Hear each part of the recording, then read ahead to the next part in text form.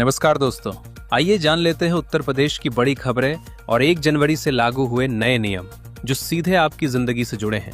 क्या बदला, किसे मिली राहत और किन नियमों में हुआ बड़ा बदलाव, सब कुछ जानेंगे फटाफट से 10 मिनट में। Ayushman Bharat card. Ayushman Bharat golden card के तहत जनवरी में नए लाभार्थियों के कार्ड बनाए गए हैं। गरीब परिवारों को 5 लाख रुपए तक का मुफ्त इलाज उपलब्ध कराया जा रहा है, जिससे लाखों मरीजों को बड़ी राहत मिली है। यूपी के मजदूरों की चमकेगी किस्मत। सरकार की नई योजना से ट्रेनिंग भी मिलेगी और खाते में आएंगे पैसे। उत्तर प्रदेश के मजदूरों के लिए बड़ी खुशखबरी। योगी सरकार निर्माण श्रमिकों को आधुनिक तकनीकों में प्रशिक्षित कर कुशल बनाएगी। प्रशिक्षण के दौरान होने वाले मजदूरी के नुकसान की भरपाई सरकार सीधे बैंक खातों में डीबीटी के जरिए करेगी। सामूहिक विवाह योजना। मुख्यमंत्री सामूहिक विवाह योजना में जनवरी से नए आवेदन स्वीकार किए जा रहे हैं। इस योजना में गरीब परिवारों की बेटियों की शादी के लिए 1 लाख रुपए की आर्थिक सहायता देकर सामाजिक बोझ कम किया जाता है। यूपी के बिजली उपभोक्ताओं के लिए बड़ी खुशखबरी। नियामक आयोग ने स्पष्ट किया है कि अब उपभोक्ताओं को अपनी मर्जी से प्रीपेड या पोस्टपेड मीटर चुनने का कानूनी अधिकार होगा। विभाग जबरन प्रीपेड मोड नहीं थोप सकेगा। पीएम किसान ई-केवाईसी। प्रधानमंत्री किसान सम्मान निधि की जनवरी 2026 की किस्त के लिए ई-केवाईसी अनिवार्य कर दी गई है। उत्तर प्रदेश के करोड़ों किसानों को इस योजना के तहत सालाना आर्थिक सहायता मिलती है, जो अब अपडेट होगी। बड़ी खबर। निजीकरण और इलेक्ट्रिसिटी बिल 2025 के विरोध में यूपी के 1 लाख बिजली कर्मी 12 फरवरी को राष्ट्रव्यापी हड़ताल करेंगे। इसके समर्थन में जनवरी में प्रदेश के 6 प्रमुख शहरों में बड़ी बिजली पंचायतें आयोजित होंगी। तंबाकू बेचने वालों के लिए जारी हो गए नए नियम। 1 फरवरी से करना होगा ये काम। सरकार ने 1 फरवरी से सख्त नियम लागू कर दिए हैं। अब गुटखा और जर्दा निर्माताओं को अपनी पैकिंग मशीनों पर सीसीटीवी लगाकर 24 महीने तक की फुटेज सुरक्षित रखनी होगी। साथ ही तंबाकू उत्पादों पर भारी अतिरिक्त उत्पाद शुल्क लगाया गया है, जिससे सिगरेट और गुटखा की कीमतों में जबरदस्त उछाल आएगा। नालियों में बहने वाले पानी अब इस काम में होगा इस्तेमाल। योगी सरकार का प्लान तैयार। योगी सरकार ने जल संरक्षण के लिए महाप्लान तैयार किया है। इसके तहत नालियों के वेस्ट वाटर का वैज्ञानिक उपचार कर उसे खेती और उद्योगों में इस्तेमाल किया जाएगा। सरकार का लक्ष्य 2035 तक 100% जल रिसाइकल करना है। लखनऊ में भेड़ों की मौत का सीएम योगी ने लिया संज्ञान। आर्थिक मदद का ऐलान। मुख्यमंत्री योगी आदित्यनाथ ने दुबग्गा में संदिग्ध परिस्थितियों में हुई 170 भेड़ों की मौत का स्वतः संज्ञान लिया है। उन्होंने पीड़ित पशुपालकों को प्रति भेड़ 10,000 रुपए की आर्थिक सहायता देने का ऐलान किया है। लखनऊ से बड़ी खबर। साल 2026 में एलडीए की 4 महत्वाकांक्षी आवासीय योजनाओं वरुण विहार, नैमिष नगर, वेलनेस सिटी और आईटी सिटी से 2 लाख लोगों के घर का सपना पूरा होगा। इन योजनाओं का लेआउट पास हो चुका है। नए साल पर मरीजों को तोहफा। यूपी के शहर में 24 घंटे फ्री में मिलेगी ये सुविधा। केजीएमयू के ट्रॉमा सेंटर में भर्ती मरीजों की शुरुआती पैथोलॉजी और रेडियोलॉजी जांचें अब पूरी तरह मुफ्त होंगी। इसके अलावा यूपी के 64 सामुदायिक स्वास्थ्य केंद्रों पर डिजिटल एक्सरे मशीनें लगाने का आदेश जारी हुआ है। रोजगार संगम पोर्टल। सेवा योजन पोर्टल रोजगार संगम पर जनवरी में नए रजिस्ट्रेशन शुरू हुए हैं। इस पोर्टल के माध्यम से युवाओं को नौकरी, अप्रेंटिसशिप और स्किल ट्रेनिंग से जोड़ा जा रहा है, जो डिजिटल रोजगार प्रणाली को मजबूत करता है। यूपी के शिक्षकों के लिए एक और फरमान। 25,000 रुपए देकर करना होगा 6 महीने का ये कोर्स। यूपी के 35,000 बीएड योग्यता वाले शिक्षकों के लिए 6 महीने का ब्रिज कोर्स करना अनिवार्य कर दिया गया है। इसके लिए 25,000 रुपए शुल्क लगेगा और आवेदन की अंतिम तिथि 19 जनवरी तक बढ़ा दी गई है। अब जमीनों का भी होगा आधार नंबर। इसी से मिलेगी किसान पेंशन। अब किसानों की जमीनों का भी आधार नंबर होगा। मध्य प्रदेश सरकार फार्मर रजिस्ट्री के जरिए जमीन और किसान को एक यूनिक आईडी से जोड़ रही है, जिससे खाद और पीएम किसान पेंशन का लाभ सीधे मिलेगा। कबाड़ी को बेच दी बच्चों की किताबें। लखनऊ के सरकारी स्कूल का वीडियो वायरल, विभाग में मचा हड़कंप। मोहनलालगंज के नेवाज खेड़ा प्राइमरी स्कूल में प्रधानाध्यापक ने बच्चों के भविष्य का सौदा करते हुए 2 क्विंटल नई किताबें महज 11 रुपए किलो में कबाड़ी को बेच दी। ग्रामीणों द्वारा कबाड़ी को रंगे हाथों पकड़ने के बाद ये शर्मनाक खुलासा हुआ। बीएसए ने त्वरित कार्रवाई करते हुए दोषी प्रधानाध्यापक रविंद्र गुप्ता को निलंबित कर दिया है। रैन बसेरों की व्यवस्था। मुख्यमंत्री योगी आदित्यनाथ ने कड़ाके की ठंड को देखते हुए रैन बसेरों, अलाव और कंबल की व्यवस्था के निर्देश दिए हैं। लापरवाही मिलने पर अधिकारियों की जवाबदेही तय होगी ताकि निराश्रितों को ठंड से बचाया जा सके। जीरो पॉवर्टी अभियान। जीरो पॉवर्टी उत्तर प्रदेश अभियान के तहत जनवरी 2026 में विशेष सर्वे शुरू किया गया है। इसका लक्ष्य प्रत्येक गांव से 25 अति गरीब परिवारों को सरकारी योजनाओं से जोड़कर गरीबी को खत्म करना है। यूपी के इन 8 जिलों में योगी सरकार करने जा रही ये काम। धनराशि मिली।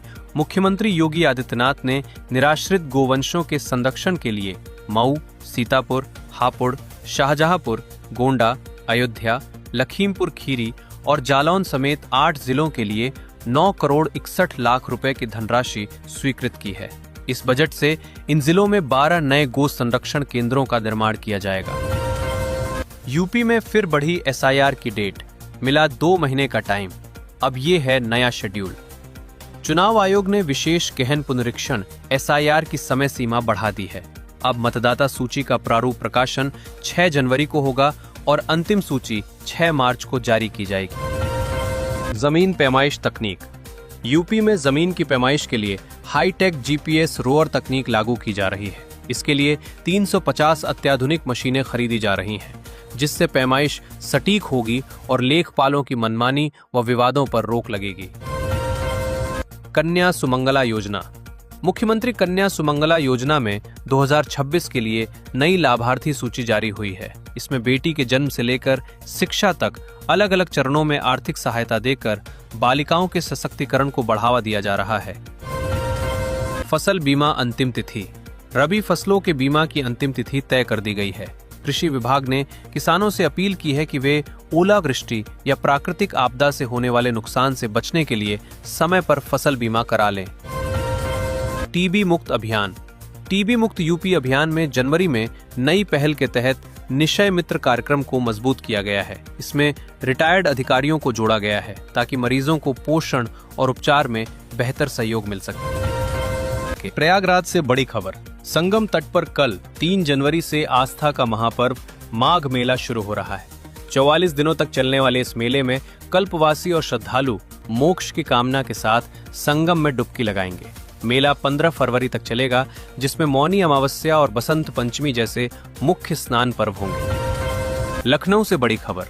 मुख्यमंत्री योगी के निर्देश पर पुलिस ने भूमाफियाओं के खिलाफ बड़ी कार्रवाई करते हुए दिवंगत सैन्य अधिकारी की बेटी को 24 घंटे के भीतर उनके घर का कब्जा वापस दिलाया। आरोपियों ने फर्जी दस्तावेजों से कब्जा किया था। तेंदुओं की नसबंदी। यूपी में तेंदुओं की बढ़ती आबादी को नियंत्रित करने के लिए उनकी नसबंदी का प्रोजेक्ट बिजनौर जिले से शुरू होगा। वन विभाग ने ये विशेष योजना तैयार की है, जिसे बाद में अन्य जिलों में भी लागू किया जाएगा। यूपी के मंत्री संजय निषाद की गाड़ी को तेज रफ्तार कार ने मारी टक्कर, बाल बाल बची जान। यूपी के कैबिनेट मंत्री संजय निषाद की कार फतेहाबाद रोड पर भीषण सड़क हादसे का शिकार हो गई।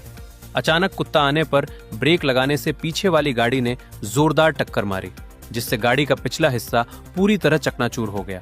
गनीमत रही कि मंत्री बाल बाल बच गए। ग्रामीण आवास योजना। प्रधानमंत्री आवास योजना ग्रामीण के तहत जनवरी 2026 में नई लाभार्थी सूची अपडेट की गई है। पात्र परिवारों को पक्का मकान बनाने के लिए वित्तीय सहायता दी गई, जिससे ग्रामीण आवास की स्थिति में सुधार हुआ है। ओबीसी छात्रवृत्ति रिकॉर्ड। पिछड़ा वर्ग कल्याण योजनाओं के तहत शिक्षा और छात्रवृत्ति वितरण में रिकॉर्ड बढ़ोतरी दर्ज की गई है। ओबीसी छात्रों को समय पर सहायता मिलने से ड्रॉप आउट दर कम हुई है और उच्च शिक्षा में भागीदारी बढ़ी है। केजीएमयू में धर्मांतरण मामला। आरोपी डॉक्टर के खिलाफ गैर जमानती वारंट जारी। केजीएमयू के डॉक्टर रमीज मलिक के खिलाफ यौन शोषण और धर्मांतरण मामले में गैर जमानती वारंट जारी हुआ है। आरोपी की गिरफ्तारी न होने पर अब पुलिस संपत्ति कुर्क करने की कार्रवाई करेगी। अब पटरियों पर नहीं पहुंच पाएंगे जानवर और इंसान, तेज होगी ट्रेनों की रफ्तार। बाराबंकी गोरखपुर छपरा रेल मार्ग पर 208 किलोमीटर सेफ्टी फेंसिंग का काम पूरा हो चुका है।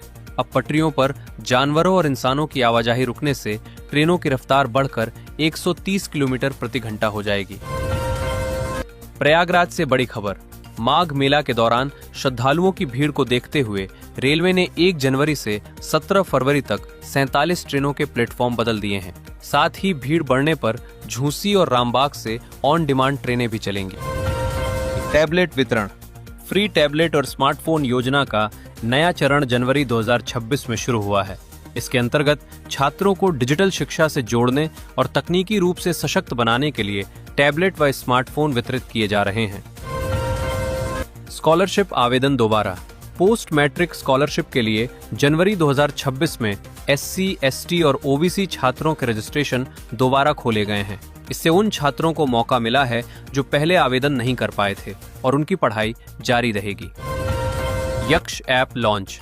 उत्तर प्रदेश पुलिस ने अत्याधुनिक AI तकनीक से लैस यक्ष ऐप लॉन्च किया है। इसके जरिए अपराधियों की आवाज और चेहरे की पहचान कर उनका पूरा आपराधिक रिकॉर्ड तुरंत निकाला जा सकेगा, जिससे जांच प्रक्रिया तेज होगी। रेलवे रिजर्वेशन नियम। 12 जनवरी से रेलवे रिजर्वेशन के लिए आधार अनिवार्य होगा। जिनका IRCTC अकाउंट आधार से लिंक नहीं है, वे बुकिंग खुलने के पहले दिन सुबह टिकट बुक नहीं कर पाएंगे, ताकि कालाबाजारी और फर्जी बुकिंग को रोका जा सके। सर्दी के बीच 12वीं तक के स्कूलों की बढ़ गई छुट्टी। 5 जिलों में DM ने जारी कर दिया आदेश।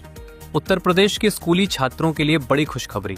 भीषण शीतलहर और कोहरे के कारण आगरा, कानपुर, शामली, मुजफ्फरनगर और बिजनौर सहित 5 जिलों में 12वीं तक के स्कूलों की छुट्टियां बढ़ा दी गई हैं। शामली में स्कूल 4 जनवरी को खुलेंगे, जबकि आगरा, कानपुर, मुजफ्फरनगर और बिजनौर में 3 जनवरी से पढ़ाई शुरू होगी। जल जीवन मिशन।